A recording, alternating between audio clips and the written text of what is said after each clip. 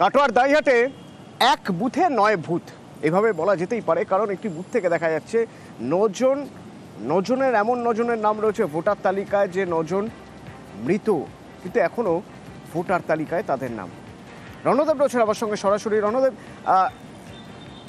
কোথাও তো একটা গাফিলতি হয়েছে, না হলে এই ৯ জন যে ৯ জন মারা গিয়েছেন তাদের ডেথ সার্টিফিকেট রয়েছে, সব কিছু তাদের বাড়ির লোক জানেন, বাড়ির লোক কিছু বলেননি, নাকি বাড়ির লোক বলার পরেও তালিকা সংশোধন হয়নি? না দেখো, প্রথমেই বলছি গাফিলতি শব্দটা কিন্তু আমরা বিএলওকে, যে অভিযুক্ত বিএলও তাকে কিন্তু প্রশ্ন করা হয়েছিল যে কার গাফিলতি। বিএলও কিন্তু পরিষ্কার সাফাই দিয়েছে যে গাফিলতি কার বলতে পারবো না, আর এটা গাফিলতি বা কেন, কারণ কি না উপযুক্ত নথি না পাওয়ার জন্য কয়েকটা মৃত ব্যক্তির নাম ভোটার লিস্ট থেকে বাদ দেওয়া যায়নি, কিন্তু কয়েকটা ভোটার লিস্টে থাকা নাম মৃত ব্যক্তির তার যে নথি জমা দিয়েছে সেটা কিন্তু নির্বাচন কমিশন থেকে বাদ পড়েনি। এই যে পারস্পরিক দ্বন্দ্বের কথাবার্তা, এখানে থেকেই সন্দেহ আসছে যে নির্বাচন কমিশনের কাজের স্বচ্ছতা কতটা আর কীরকমভাবে করা হয়েছে পূর্ব বর্ধমান জেলার কাটোয়া মহকুমায়।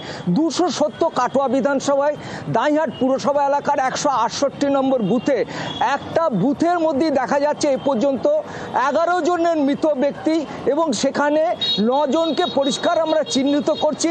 তাদের পরিবারের লোকের দাবি যে আমরা জানিয়েছি, কেউ আবার বলছেন যে 5 বছর আগে মারা গেছে আমার মেয়ে, কেউ বলছেন আমার দাদা 4 বছর আগে মারা গেছে, কেউ আবার বলছে আমার স্বামী 2 বছর আগে মারা গেছে। আমি সমস্ত কাগজপত্র পুরসভায় জমা দিই। তারা জানিয়েছেন, তারা জানানোর পরেও নাম তালিকায় থেকে গেল। মৃতের পরিবার যারা রয়েছেন তারা কি বলছেন একবার শোনা যাক। বারীন্দ্রনাথ সান্যাল, উনি বেঁচে আছেন? আমার দাদা মারা গেছেন। কতদিন আগে মারা গেছেন? উনি মারা গেছেন 21 সালে, 2021। কিন্তু এখনো ভোটার লিস্টে দেখছি নাম আছে 168 নম্বর পার্টে, উদয়নগর প্রাথমিক বিদ্যালয়ে। বলতে পারবো না, কেন আছে জানি না। নাম বাদ দেওয়ার জন্য আপনারা বলেছিলেন? ওই যখন এসেছিল বাড়িতে, যখন ভোটার লিস্টের নাম তোলে তখন বলেছিলাম, সবাই জানতো তো। সুনীল কুমার ঘোষ কে হয় আপনার? আমার স্বামী। উনি আছেন বাড়িতে?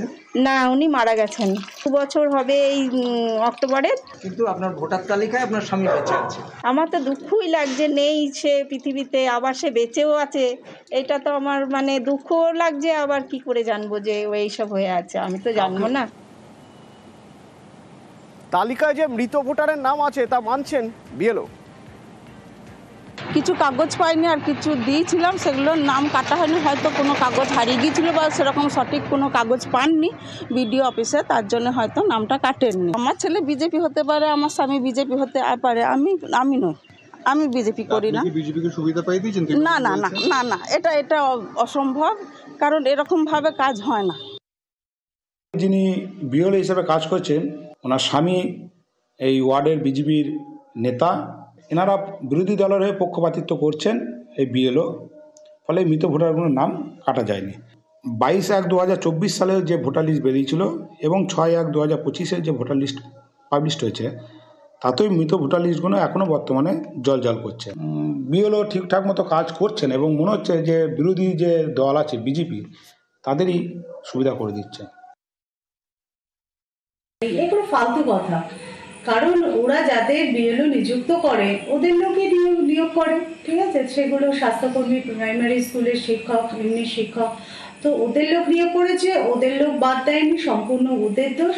আর এইভাবে ওরা প্রত্যেকটা বিধানসভায় ভোটে এগিয়ে থাকে, আর এবার যখন দেখছে যে আর চান্স নেই, নির্বাচন কমিশনের খেলা আছে, তখন ওরা সাধু সাজার জন্য বিজেপির ঘাড়ে দোষ দিচ্ছে।